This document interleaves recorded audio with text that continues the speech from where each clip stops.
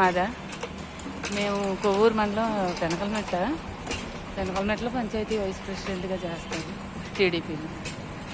ఇక్కడ ఉండేవాళ్ళు అండి. మన కొత్తమాసి నాగేశ్వరరావు గారు మెరక వీధిలో ఉండేదండి.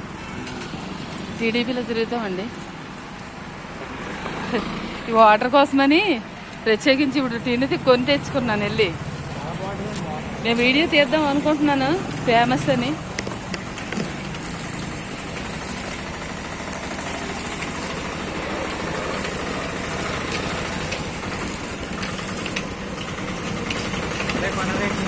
ఇప్పుడే కొన్నాను. ఈ వాటర్ కోసమని కొనుక్కున్నానండి.